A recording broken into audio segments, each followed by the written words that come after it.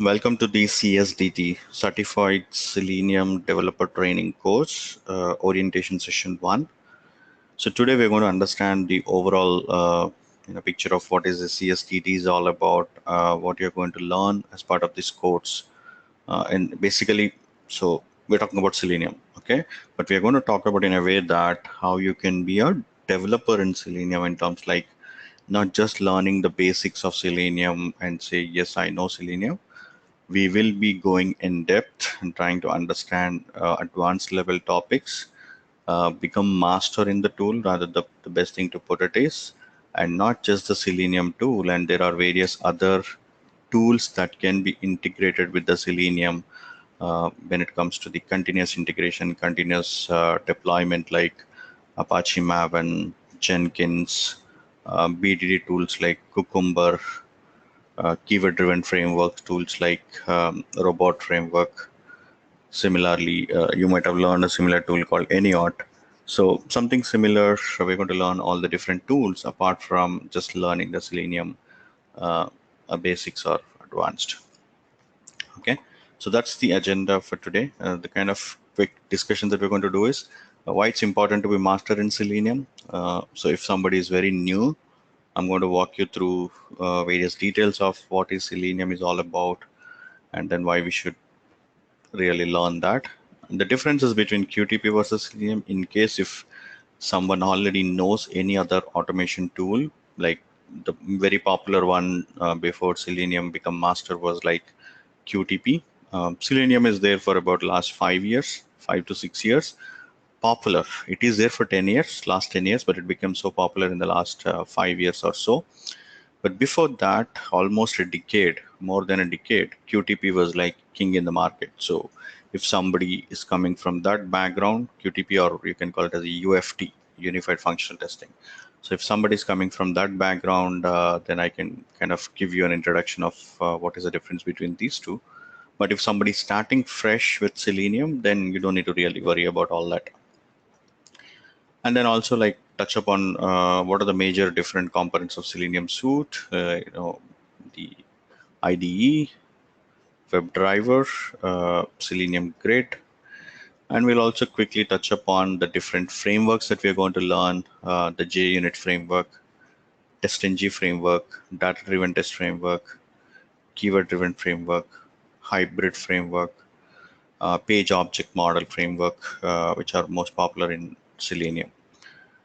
Apart from that, I will also touch upon the various other tools that we're going to learn as part of this course. So, how many of you are, heard about Selenium or learned Selenium or at least know what is Selenium? So, can I know like, okay, POM stands for Page Object Model. Yeah, when we talk about the topics in detail, we'll be definitely going in depth. But yes, anything that you are not aware of it, so definitely you can put it as a question. Okay, Sunita says it's an open source automation tool. Perfect. It is so, but again, people should understand what's the difference between an open source and a commercial tool. That's exactly the difference, the major difference between QTP and Selenium as well. So QTP is kind of a commercial tool. That means you have to pay money for its license that you want it for an year. But whereas Selenium is totally an open source, where people came together and developed it as part of their passion initially, and now it became so popular and people do a lot of contributions to it, so that the maintenance will keep happening, and lot of companies are using this the strong and the free source tool, which is Selenium. So you don't need to pay any money for anybody unless you want to give it as donations. Okay, Selenium is used for testing as it integrates with many DevOps tools. Okay, somebody is again bringing a different concept called DevOps. If time permits, I will touch it up today. But if not, don't worry. As part of our course, we will be trying to understand. QTP uses descriptive programming compared to Selenium, which supports C# and Java. Okay, one small correction there, Swati. Yes, descriptive programming is a concept, but QTP actually uses a programming language. It's called VB script or JavaScript. So, like the way you are saying, Java uses C Sharp or Java, sorry, the Selenium uses C Sharp or Java. QTP also has a programming language called VB script or JavaScript. And descriptive programming is a concept in which if you wanted to do a parallel automation along with your development, you can describe your objects with the descriptive programming so that you don't need to maintain the object repository. That was the concept, and similar concept do exist in Selenium as well. So when we actually go with the page object model framework, that's what we are going to typically do that. Okay. So what you are saying is there in both the tools, but the language point of view, Selenium uses C Sharp and Java. Not those are the only two. It will use Python, Ruby, Ruby on Rails, many other programming languages. And you're right, but definitely QTP has its own programming language called VBScript or JavaScript. That's fine. I'm just trying to get different people's perspective, but don't worry if you don't know anything. That's all I'm here for. I'm going to start with very fundamental level. This is just to get a feel of uh, how many people are new to the automation, how many people know about some other automation. That's all right. So don't worry if you cannot contribute. You're in the right place, and we're going to deal with very fundamental. I'm not going to build anything on top of existing knowledge. So yeah, well, there will be a lot of difference when you use Selenium with Java, Python. The programming language concepts are not going to change. The way you see, okay, let me explain one basic fundamental thing first. You all agree that Selenium is an automation tool, right? That's all we know for now. And let's try to understand how different automation tools work, okay? So you will have something called application under test. Let's say any application that you're going to consider, be it let's consider it as a web application, because primarily Selenium is majorly used for web-based applications. Of course, it will be used for mobile applications also, but that needs to be integrated with another tool called Appium, another library called Appium. But for now, let's consider a simple web application. And if you have a web page, typically what a web form or a page will contain, different locators, like there can be some text box, there can be some, let's say, editor where you can type multiple lines, more than one line, let's say. Maybe this is your address field. There can be some list box or a drop down where you can select the state or city that you belongs to. And there could be some radio buttons.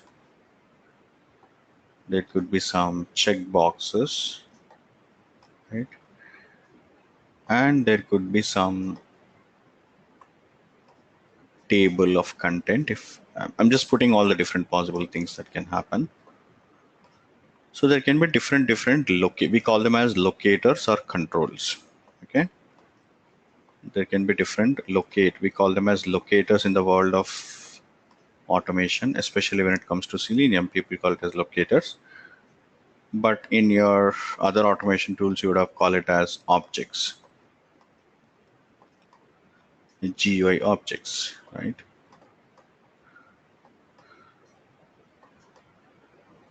And while the developer, so why we are calling it as AUT, application under test. This application is in testing right now.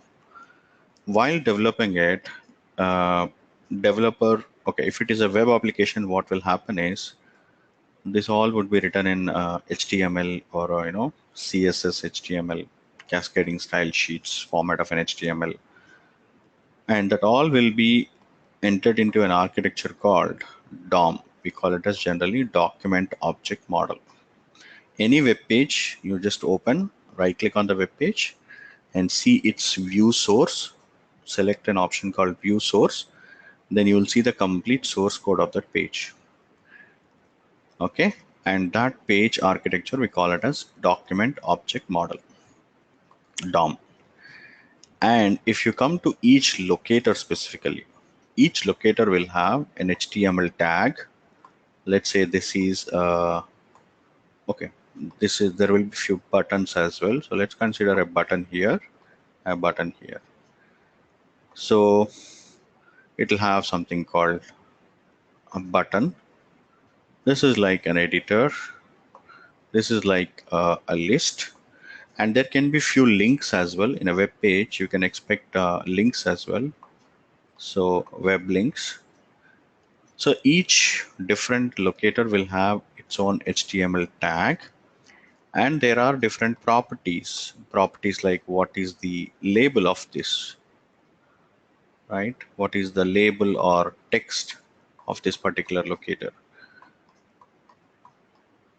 What is the class name? Which type of control it is? Is it a text box or multi-line text box, list box or combo box, a table, a radio button, a check button, a link? So there are different controls will be there. Each locator will have a different information. When your developer is actually developing in, you will put it in the HTML code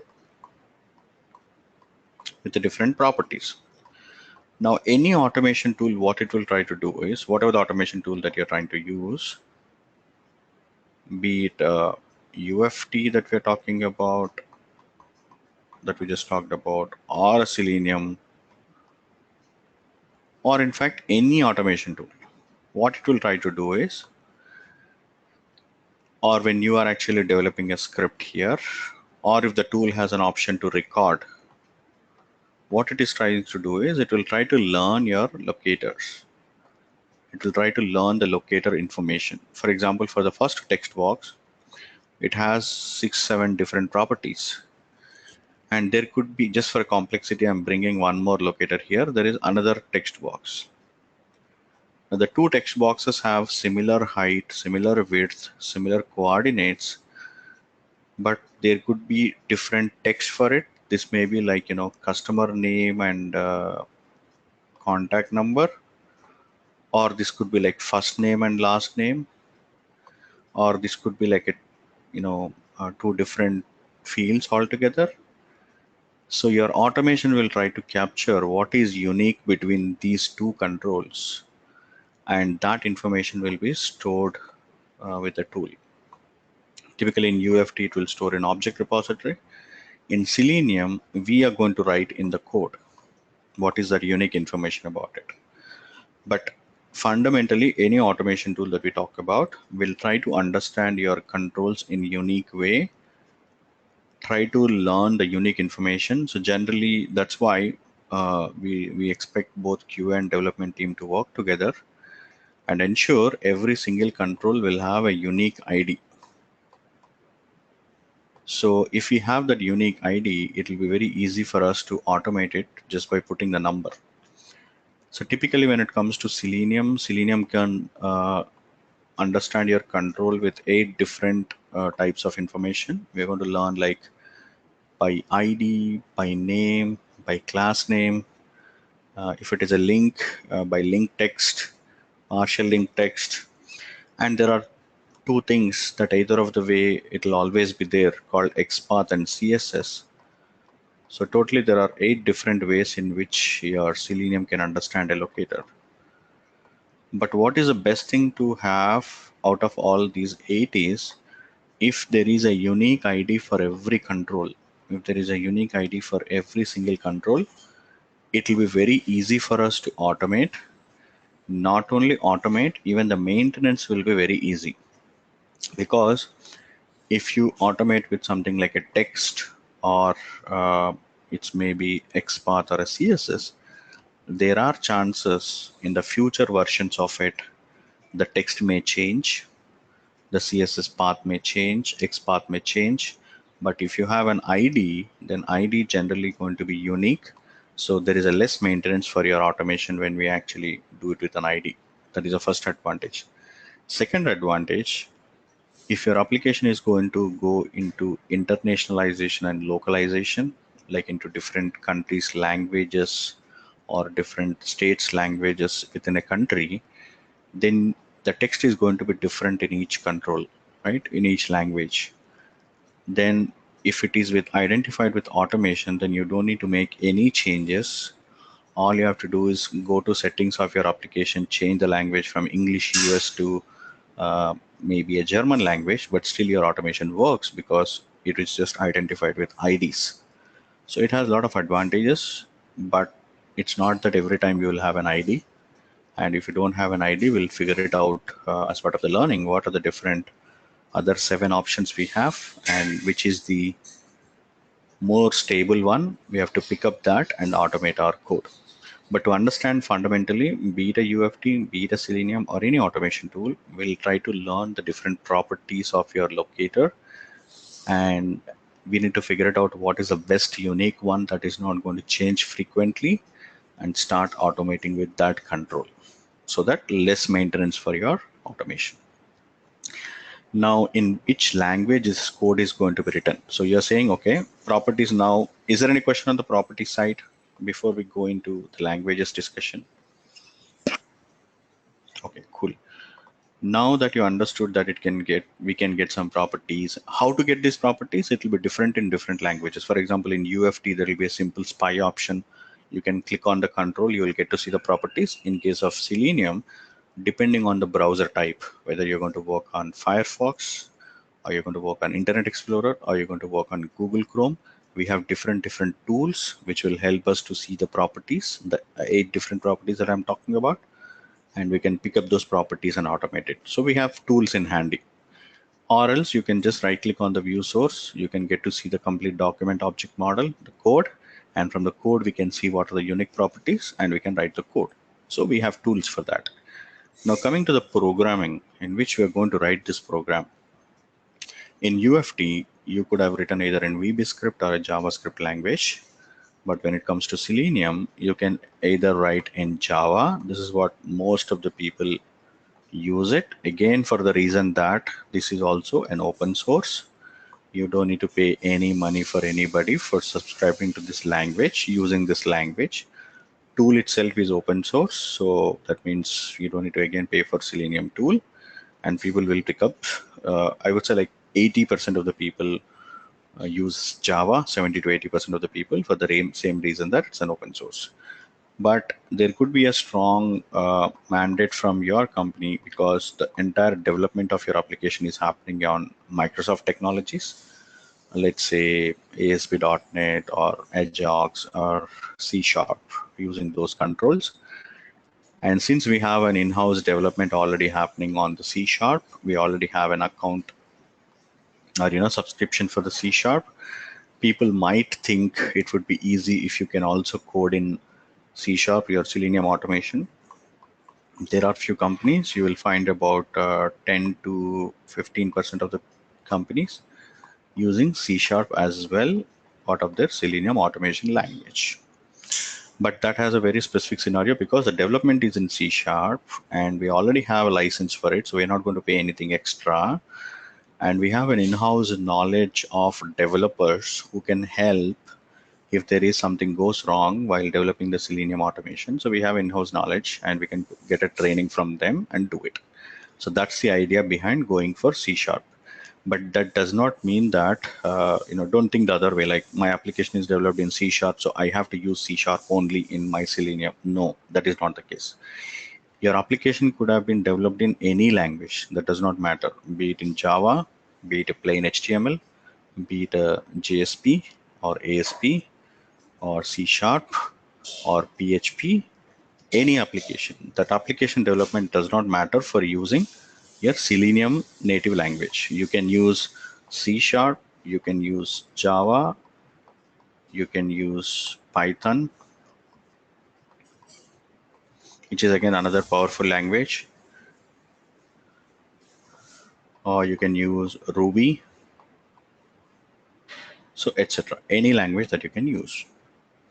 So here the whole discussion that we're going to do, the complete examples, and it's not just about picking up the locator information and writing operations to do it, like enter some value here, enter some value here, enter some value here, select something from here, select this radio button, select this checkbox, click on this button. It's not about just plain automation of that. There are a lot of conditional statements you're going to write, like, if conditional statement. You're going to write while loop, for loops, for repeating multiple times. So you're going to use many conditional and control statements along with the plain automation. So when you do all this, you're going to do it in Java or C# or Python or Ruby, depending on what language bindings that you wanted to use it. And one another major difference comes, okay, somebody's saying, what is .NET? .NET is a programming language, and C# is from that. ASP.NET is from that. So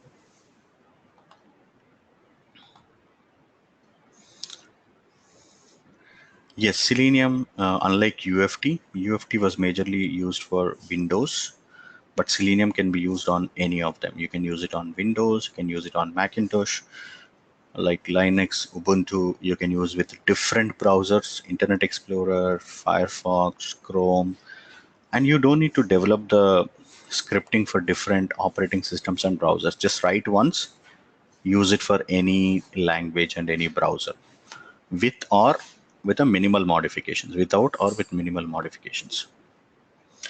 QTP scripts can be integrated with QC-ALM perfectly. All right, Swati.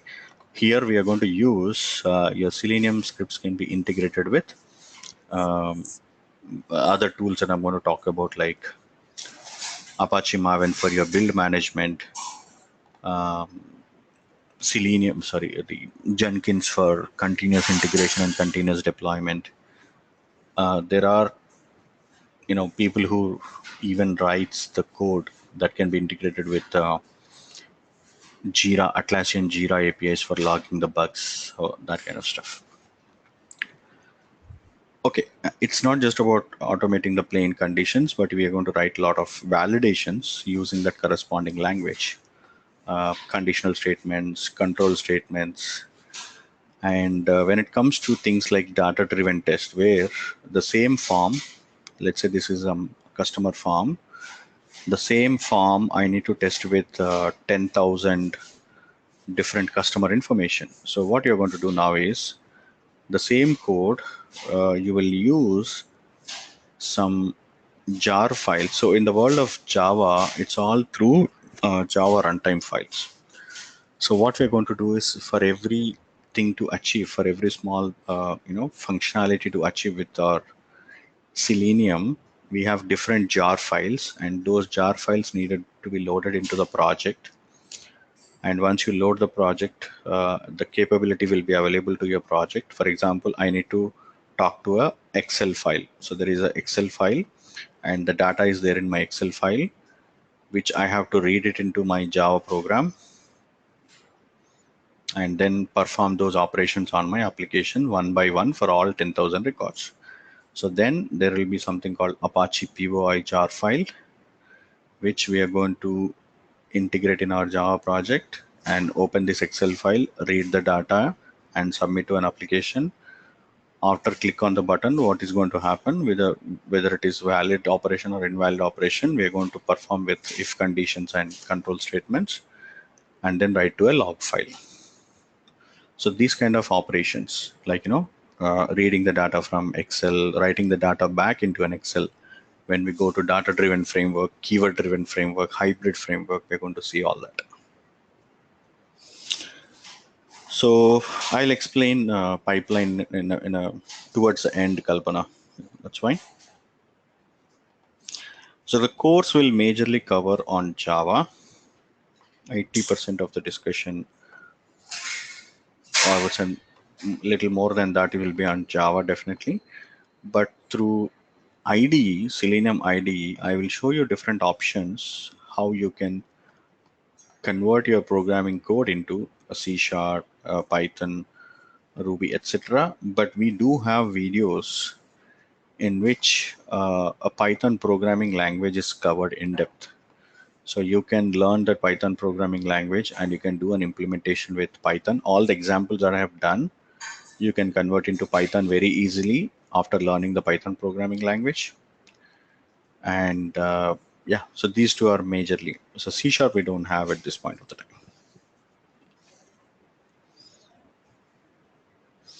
If possibly, can you show pictorially where does the Jenkins, and yeah, I will cover it. That's where the pipeline, that's where the CICD and all that. So before that, I'll just quickly give you a walk you through on whatever I have just discussed. So the main website is seleniumhq.org. This is a primary website from which we are going to download everything that is required for us. So you can see right now, it's a 3.10 is the latest version. So when we start, when you actually start doing the sessions, you'll go through the recording videos and start practicing. And then I will be having around 15 sessions apart from the orientation sessions to cover what is already not covered in the existing course. There are different advanced topics that have come. So introducing those topics and helping you with the practical problems that you're going to have while practicing it. So all that we are going to do with 3.10 latest version of it. So this is the latest version. We are going to download this, and for development of the code and everything, we are going to use a tool called Eclipse. Okay, we're going to use a tool called Eclipse. So we'll start all those fundamentals, like where can I download this Eclipse file. First thing is like, where can I download my Java file? Where can I download the Java programming language itself? How can I download and how can I install my machine? How can I set its class path and Java path? Certified Selenium Developer Training. That is what CSDT stands for. Why will you cover browserless frameworks like Ghost or Protractor? Not really. It's covered as part of this, but let me. So we have fundamentally for any of the browsers, there is something called, okay, but even then you need an HTML unit driver. I was trying to talk about HTML unit driver. Uh, I can show you one example of that, but it's not a complete thing that you're looking for. There is something called HTML unit driver, irrespective of any browser. We know the programming is in HTML. So we can look at how HTML unit driver works. And that should be the fundamental for any other things that you're looking like Ghost or Protractor. So first step we'll learn is from where we can get Java, how we can install it on our system, how can we set path, etc. Then we'll talk about from where we can install Eclipse and how we can configure Eclipse. Then we'll come to the page which I'm showing right now, the seleniumhq.org, and we'll download the Selenium server file, which is right now 3.10. So we'll download this and we'll integrate this with Eclipse, and we'll integrate Java also with Eclipse. So now your Eclipse will be fully ready for coding in Java using the Selenium capabilities. So that's what we're going to do step by step. And when it comes to all these different programming languages that we're talking about, so you can see here, it can use Java, C#, Ruby, Python. It can even write in JavaScript. So these are the different language bindings. We're going to download these bindings and add it to our Eclipse so that it's fully capable. And in case of browsers, these are the different browsers it will support. Your Gecko driver, Chrome driver, Opera, Microsoft Edge driver. If you're looking from this Ghost driver, then it should be simple after understanding the examples that we're going to do it. The HTML unit driver I was talking about is this, but I have not really used this, but should not be really a big major thing the way it's looking like. So if you're going to work on mobile, we're going to use, you're going to use Appium and different browsers of it. Yeah. We're going to discuss Selenium Grid, which is another major one. if you wanted to test parallelly on different, so when we are going to use Selenium Grid is, the scenario is like, after understanding all the fundamentals, let's say you have automated some 100 test cases from your project. You have all the 100 test cases automated in a proper framework. So first we are going to look at something called a JUnit framework from a unit testing point of view. This is as typically what your developers will use when they are writing the code for your application. So we'll see how can we write our automation in JUnit framework.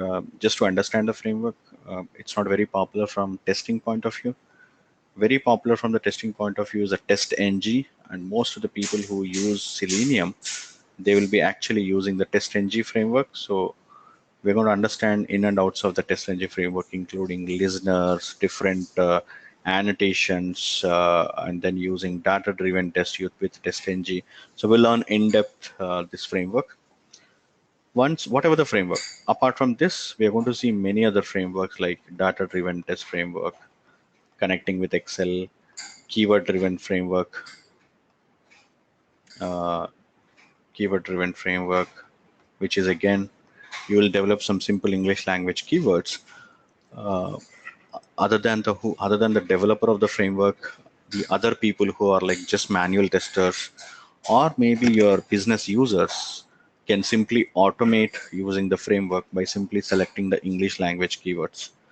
So we'll see the development of all these in depth. Data-driven framework, keyword-driven framework.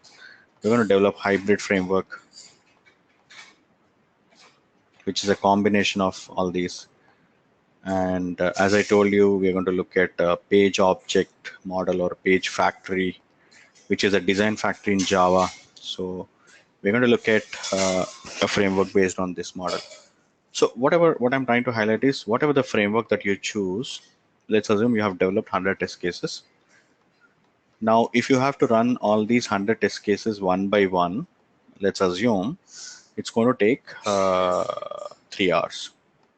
Ideally, it should not be taking that long, but let's assume the test cases are very complex and needs to do a lot of integration with the different components.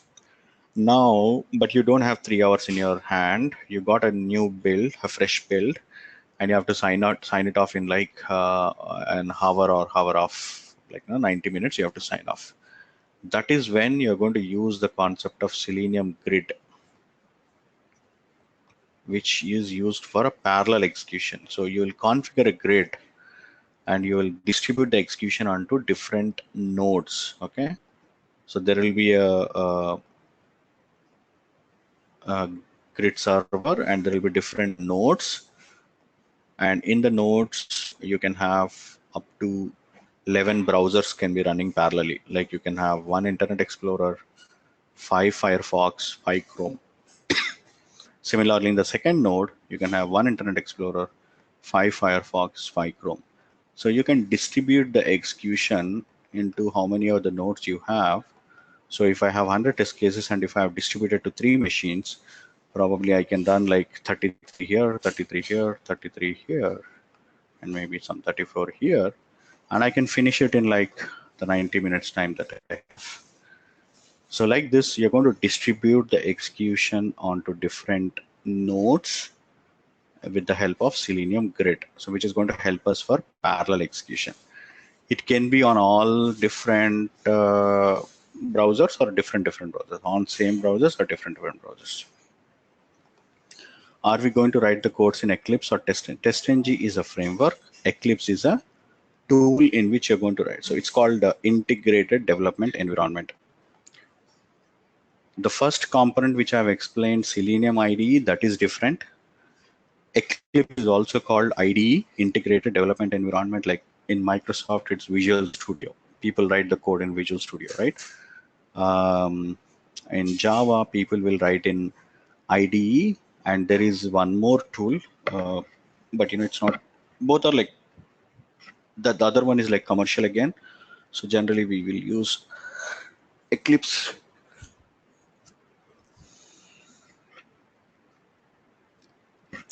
Okay, when it comes to Java language,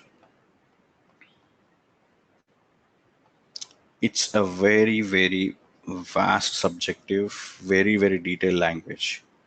It's been exist for like 20 years. Okay.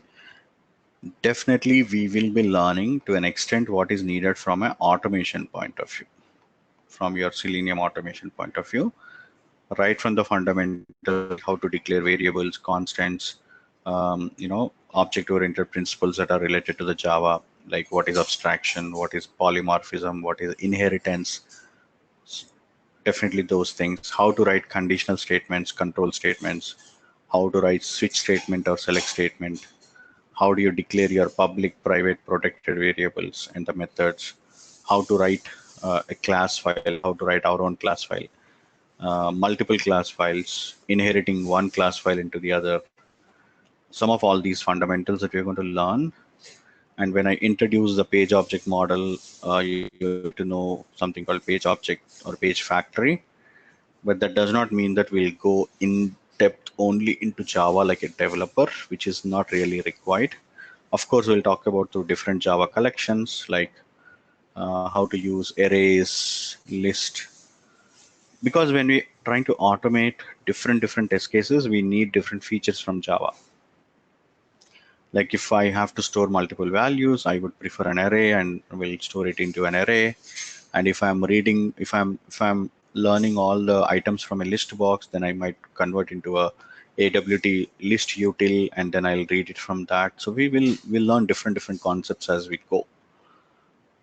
But it will be definitely more than sufficient what you needed for a Selenium, but it is not like a Java developer. Okay.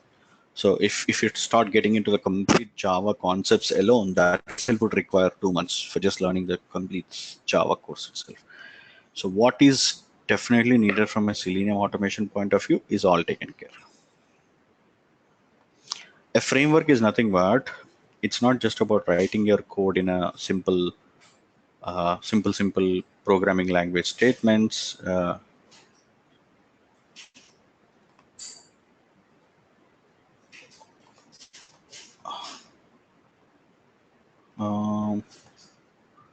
Is what? Sorry, I'm not getting the question. So I'm trying to talk about framework is nothing but, instead of writing your code in a simple corresponding programming language, you will arrange it in a reusable platform. For example, a simple way to talk about is like, today you're automating it, and tomorrow somebody else can join your team and he's also contributes to the automation. So how you can leverage each other's code. For example, he's writing a bit of code to talk to a database and read something from the database, and tomorrow you need this, right? So write it as a common function and put it into a common library so both of you can use it. Similarly, today you are connecting to an Excel file and reading the data from an Excel. Again, you create it as a common library and put it as a common function so other person can also need it as we go. So like that, people will need, people over a period of time working in the automation, they will come up with a certain framework which can be used across their organization, at least within their team. So all that which I have talked about necessary, like basics of programming language, working with the different variables, constants, different types of variables, constants, how to write functions, how to write classes, how to use object-oriented principles, conditional control statements, like, if conditional, while loop, for loop, do loop, using the Java collection like arrays, lists, etc. Writing your own class files, multiple class files, writing functions or methods, inheriting one class, its properties into another class. So these kind of things, right? So a framework is nothing but a platform. You're going to build a platform so that you will have a lot of reusable components that can be used in other automation for the same project or maybe for a different project, so that the code that you don't need to write again and again. We're going to look at all these different frameworks. TestNG is already existing one, which is again an open source framework. We'll just plug in and we'll try to get the benefits of existing framework. Data driven test we are going to develop, keyword driven test we are going to develop, hybrid we are going to develop, page object model we are going to develop. All right. Okay, let's go back and see what is missing. So that's where the programming language comes into picture. Apart from that,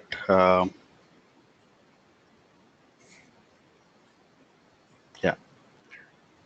So any other questions on the basics? Like first is we're going to learn the way we're going to deal it is into two parts. Selenium. So the other major component in which Eclipse we're going to write the code by integrating WebDriver. So we're going to deal with WebDriver basics and WebDriver advanced into two different parts.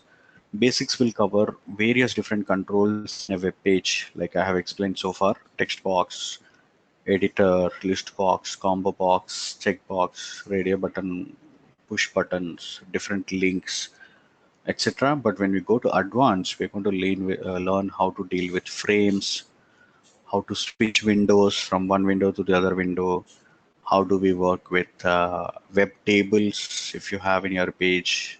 It's very common you will have tables or grids in your page. So how are we going to work with them?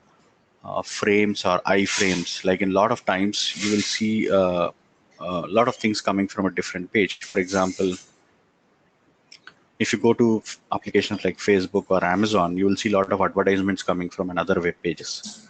So a frame is inbuilt into another frame, right? So we're going to call those as iframes, and they will be dynamically changing. So how do we work with those frames? How do we connect to databases? How do we connect to the Excel files for reading the data? How do we connect to CSV files for reading the data? And developing those frameworks is all advanced topics. And once you understand the fundamental Selenium IDE, Selenium WebDriver Basics, Selenium WebDriver Advanced, then by the time you're all familiar with different web controls and different uh, conditions to automate all that, along with the JUnit TestNG framework, you would have already learned data-driven, keyword-driven, hybrid frameworks and everything. So that's when we'll talk about how can we run this automation. Once you have already developed the automation, how frequently you're going to run. So in real time, today's expectation is through something called continuous integration and continuous deployment. Somebody already asked about it, something called pipeline.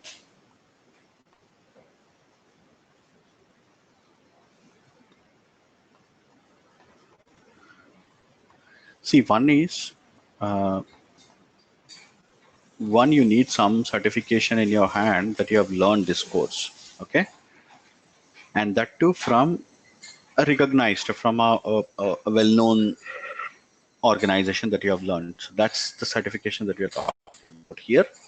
Apart from that, you can, if you're interested, you can go on to Sun Microsystems Java certification from Oracle. Basically, if you get more interested in the Java and you want to do a Oracle certification for Java, you can do that. But lot of times, I am seeing the advertisements in job requirements in most of the places where looking for a Selenium who have trained, basically, who have an in-house already knowledge or a trained, if not experienced. Like if they're not really looking for an experienced candidate, they're definitely looking for somebody who have trained from a well-known popular organization, and that's when the certification is going to help you. And why we are talking like developer training, because you're going to do a lot of hands-on. It's not like you learn some basics of Selenium and say, yes, I know Selenium. You're going to do a lot of hands-on. You're going to do a lot of coding. That's going to give you the confidence towards the end. Yes, I can go and try for a job, and I do have a training certification in my hand. That's the confidence that you're going to get. All right. Now, there was a question about continuous integration, continuous deployment, or a pipeline. So in today's world, what is happening is, and somebody also touched upon something called DevOps. So a little related. We'll try to cover it as much as possible today. So, but again, let's assume you became a master in Selenium. You automated all your 100 cases. They are very stable. This is like the final stage when you have completed everything automation and developers, you operations team in your organization coming together, and they have a very big goal in the organization that in an agile, every day they are going to get a build. Some new code will be added into the system, and that needs to be tested continuously. That's where your automation scripts are going to help. But by now, your scripts are very stable and they are like up and running without any issues. You have tested multiple times on different platforms and different operating systems and browsers, and your automation is very stable. That's when you will come into this stage. Okay. We are going to learn these tools and whatever. I'm going to integrate the tools and everything also towards the end, not in the beginning, because you need to really master in Selenium before all that. So what is going to happen in the continuous integration and continuous deployment or a pipeline is that all the okay, so it's not again we're going to learn only automating the Selenium course, but we're going to learn definitely one more important component called Git and GitHub.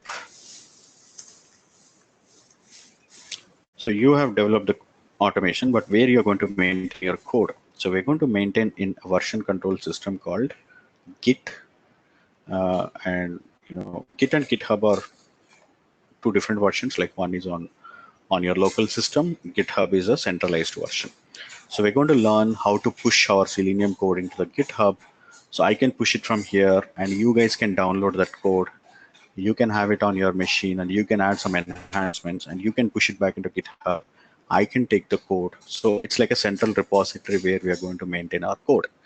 So typically, when it comes to even the project code, the actual developers will maintain in a version control system that is Git or a GitHub.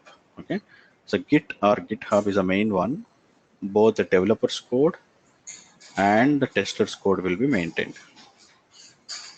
So that's why you need to be familiar with this tool as well. So previously, if you just know only Selenium and Java, that's fine. But now you should have really maintained it in version control system, and you're continuously running from it, and all those are very important.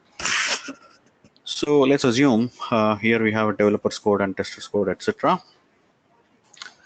There will be, as part of the continuous integration deployment or pipeline, let's assume there will be a timeline by 6 p.m. around 6 p.m. of whatever the timeline that your project works, US or India time. All the developers will submit the code into the version control system. Whatever the features that they have worked on today, it will go by 6 p.m. And then there will be an automated script which will check out the code from the GitHub, and it will compile the code. When you compile a Java code, you will either get a jar file. If it is a web-related file, you will get a WAR file, WAR. So there will be one person who is in charge for this, and if something goes wrong, he will identify where is the problem. So initially the concept was, so obviously the people who are going to take care of all these are called operations team. And if something goes wrong, he used to simply, obviously when things go wrong, everybody will get an email. This operations engineer used to get an email, and he used to go and check into the logs which class file is failing and who developed that file today. And he would have contacted the developer, hey, you have checked in some code today and it's actually failing. Can you please come on and fix it? Because otherwise the whole pipeline is going to break now. And he used to come up online, whatever the time, let's say it's a midnight 12 p.m. He's already sleeping. But since the pipeline is broken because of his code, he will wake up and he'll fix the code, again push into the GitHub. This time again, let's say it's working fine, it would have gone smooth. So that was a developer who worked on it and fixed it. Now this was creating a lot of churn. There is a lot of turnaround time.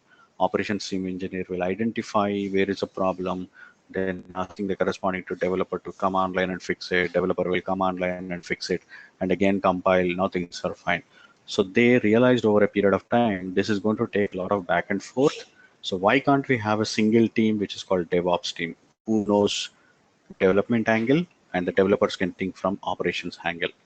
So that is what the DevOps is, what you're hearing right now.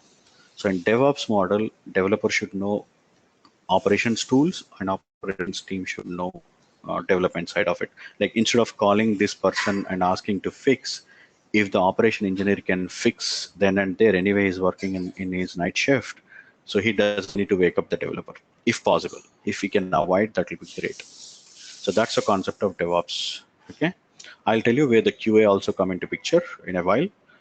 But for now, you understood these were two different teams initially. Now they're trying to merge as much as possible so that each other can take care of their, instead of their own area, they can also learn the other area and try to work on it. So this is a first step, checking out the code from, just give me 1 second team, I'll get into a different room so that we can avoid if there is any background noise.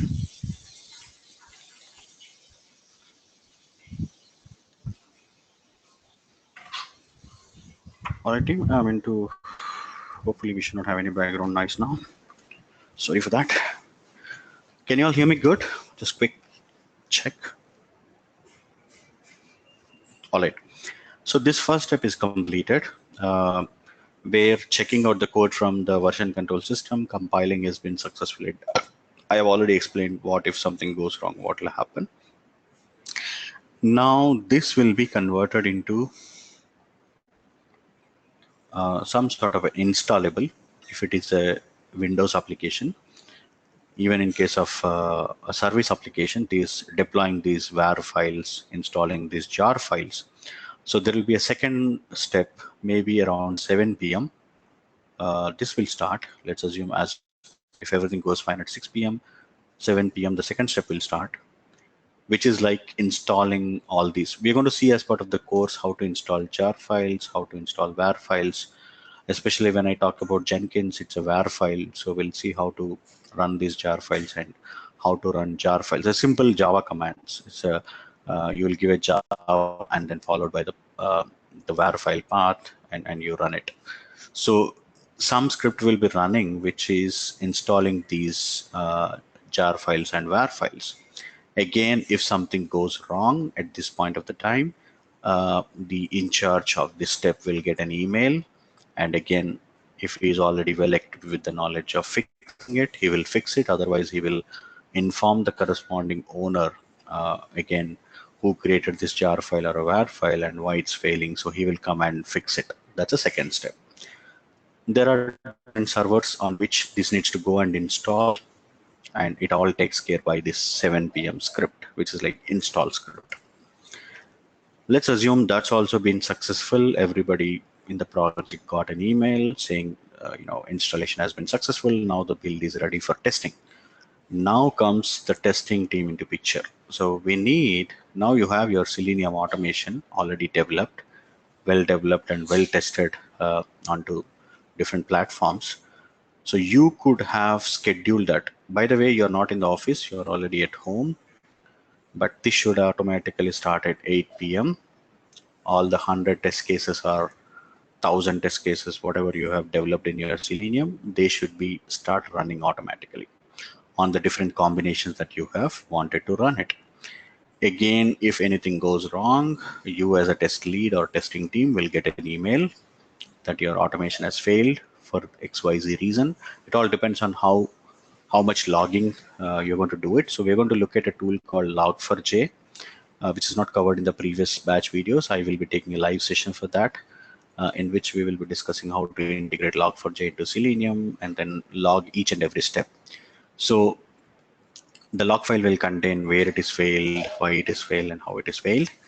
And again, if the operations team can look at that, take care of it, that's well and good. Otherwise, they'll inform the QA, hey, your automation is failed. Can you please come online and fix it? Because otherwise the pipeline is broken now.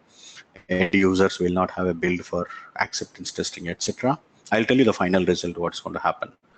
So, but you are in a critical role. So after all these first and second steps are done, you're going to be owning the third step, which is running the automation. And if everything goes fine, it will generate a proper log file saying all your 100 test cases have been tested and they're all passed, etc. That's when again the second step, which is installed in the test servers, now will install those bits, the jar files and var files into UAT environment. So you'll have different environments. For tester one environment, users one environment. So the same second step which ran at 7 p.m. is going to run, let's say, at 9 p.m. but now pointing at a different environment. 7 p.m. it was installing on test environment. This was on a test environment, and you tested it automatically without any manual testing. Nobody's kicking off any automation. Nobody's running any automation. So how we are going to do it? We are going to do all this through a tool called Jenkins. Jenkins, this entire whole pipeline process which I'm explaining can be configured in Jenkins. So we'll see practically how to do all that entire thing. And one thing can happen is that from a developer code point of view and automation code point of view, there are so many jar files you're going to work in the world of Java. What if one of the jar file is not present, or old version is present, but your code is referring to new version? So that is when Apache Maven tool come into picture. So Maven takes care of all the jar file dependencies in your project, be it a automation project or your development project.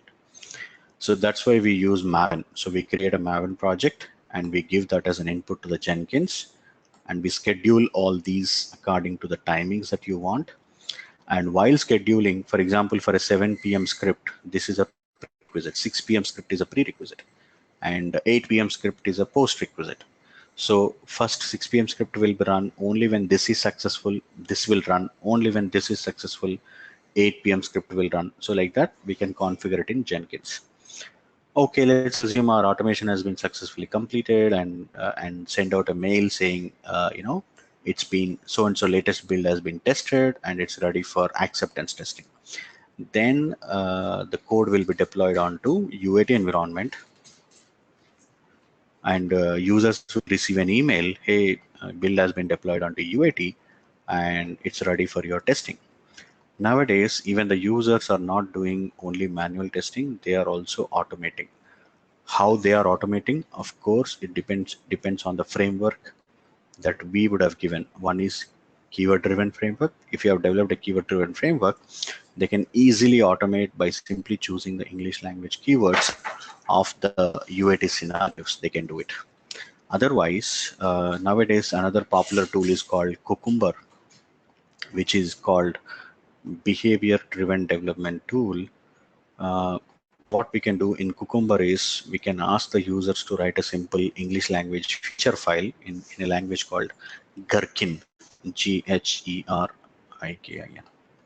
So they can write a simple English language kind of a file in a Gherkin language, and that Gherkin language code we can convert into Selenium Java code and run that. So whole point that I'm trying to make is, even the users, they don't want to do only manual testing because it's very repetitive, time consuming. So they are also investing on automation. If they have done any automation through the KDF framework that we have given, our Cucumber tool, now their automation is going to start automatically at around 10 p.m. let's say 10 p.m. in the night, UAT is going to start. Let's say we have 500 test cases automated, they may have 50 or 100 test cases automated, and that is going to run and send out an email, hey, today's latest build has been acceptance tested and it is stable, so all the people who need the build can take it and use it. Maybe it's not gone to production yet. If you want, you can even have next steps to deploy it in production, but it all depends on how healthy your pipeline is and how you want to take it to the production, automatically or manually. So this whole process is called pipeline, or you can call it as continuous integration and continuous deployment. Why we are calling it as a pipeline? Because at every step you have something to validate. Like after the code has been compiled, you will have some validation scripts. After the deployment is done, you have your system integration scripts. After deploying it to UAT, you have UAT scripts. Then goes to production, and then there will be some validation on production. So if any step is broken, we'll stop the pipeline. Basically, we are not going to go to the next environments. So that's why this is called continuous integration, continuous deployment, and a lot of companies are working towards this. A lot of companies have already achieved this. A lot of companies are working towards this. All right, so we're going to see all this practically. Okay, when we go into the Apache Maven Jenkins, we'll see all that in a practical way. How can we do that? All right, so that's all for the orientation session 1 for today. We'll again meet for session 2, and then we'll discuss more in detail any other things that you're looking for. If not, I will definitely have a few more introductions, so detailed introduction to the Selenium, detailed introduction to the QTP versus Selenium. We'll go into all those details. All right, any other questions at this point of the time? Okay, please go ahead.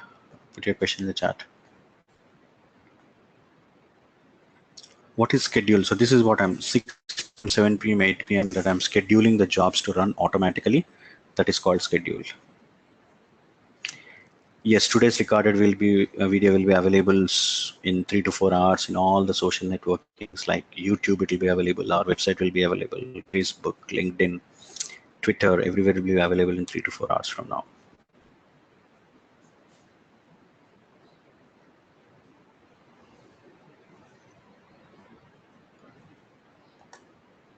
All right. Okay, you live in Australia. Question, please. Okay, schedule you're talking about. Schedule for the course or the timeline for the course you're talking about? Okay, so this is what the overall complete learning will need at about 45 sessions. We already have recordings for all of them that I have done it like last month. You're going to first is like go through those basics, and I have for this batch, which is around 17 sessions including today's one, to deal with some of the new topics that we have not dealt. Along with, you will have a lot of Q&As when you're actually practicing them. So I'll pick up some of those hard examples and complex examples that you could not do it on your recorded video on your own. First is, I will set up all the groundwork for you. Like in first sessions, we'll meet and do how to install Java, how to install Selenium, how to install Eclipse, create one basic script, and then I'll ask you to point to a couple of videos that you have to go through and practice. We'll come back with a lot of questions. I will show them on and again practically on my side. And along with that, instead of repeating the same example that is already covered in the existing video, we'll try to take a different example. So it will be a different learning. Then we'll move forward. So I have dedicated 15 sessions for this batch, but you have total of 37 videos already available. So that 37 plus 15, so you are going to attend about 50 sessions totally.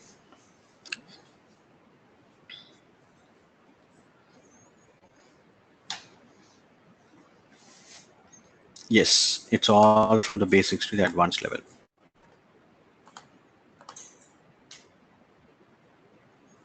Maven is a tool where you can take care of your dependencies basically. And it has a couple of other advantages. It's like a simple configuration management tool. So it has a couple of other advantages. We'll discuss in detail when we talk about Apache Maven. All right, team. So you can even write an email to the team about any specific things that, which country that you are from, your schedules, timelines, and the team will assist you with your required thing to do.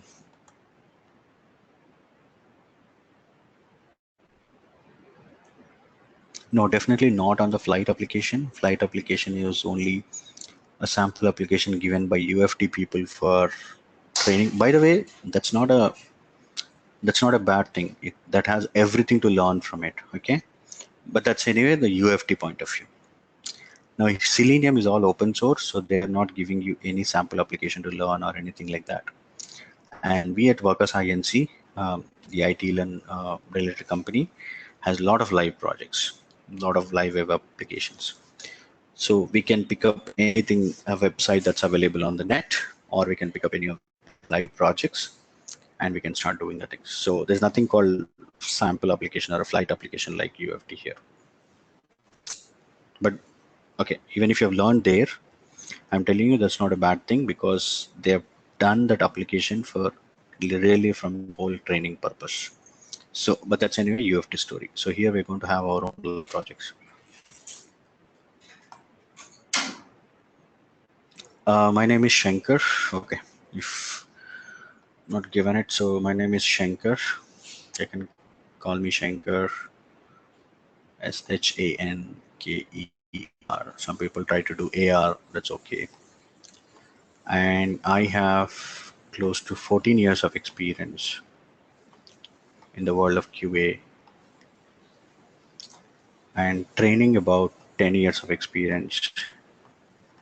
I have dealt with almost all the functional automation tools, starting from Windrunner way back in 14 years, then moved to QTP or UFT, ALM. Before it was actually called Quality Center, Load Runner. I worked for some time in Visual Studio Test Suite with C#, then moved to Selenium. It's about 4 years now. Primarily my work is on Selenium with Java and all the tools that I've been talking about. And been providing the training for Selenium as well for about three years now. And currently working as a test analyst. It's a mix of a test analyst plus a management role. So that's a combination that I'm working right now.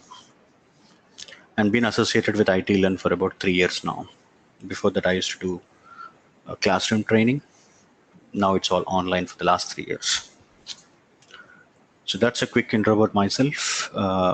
And you can see the videos that I have. And I do a lot of other trainings in iTeLearn for ISTQB, foundational and advanced level, QA fundamentals, of course, Selenium, Cucumber, all these things. So any questions related to the schedule, payments, timelines, please write an email to the iTeLearn team, learn@itlearn.com. They'll get back to you with the different options that they have in terms of schedule or in terms of what is works for you. According to that, they can help you. But this course point of view, as I already told you, we have like 37 videos and this 15 which I'm going to cover up. So it will be like total of 52. You can think of like 50 at least.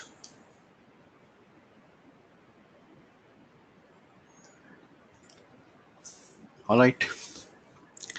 Thanks everyone. Thanks for attending the orientation session 1. See you guys in session 2 as well, which is again a free one that you can attend. Then from there we'll take it forward. So I'll try to answer more of your questions in the session 2 if you have anything. If not, I'll go a little bit more in depth in the introduction level, and then we'll kickstart from the basics of WebDriver. All right, team. So you all will receive an email in a couple of hours. It is day after tomorrow. Please attend. Thank you.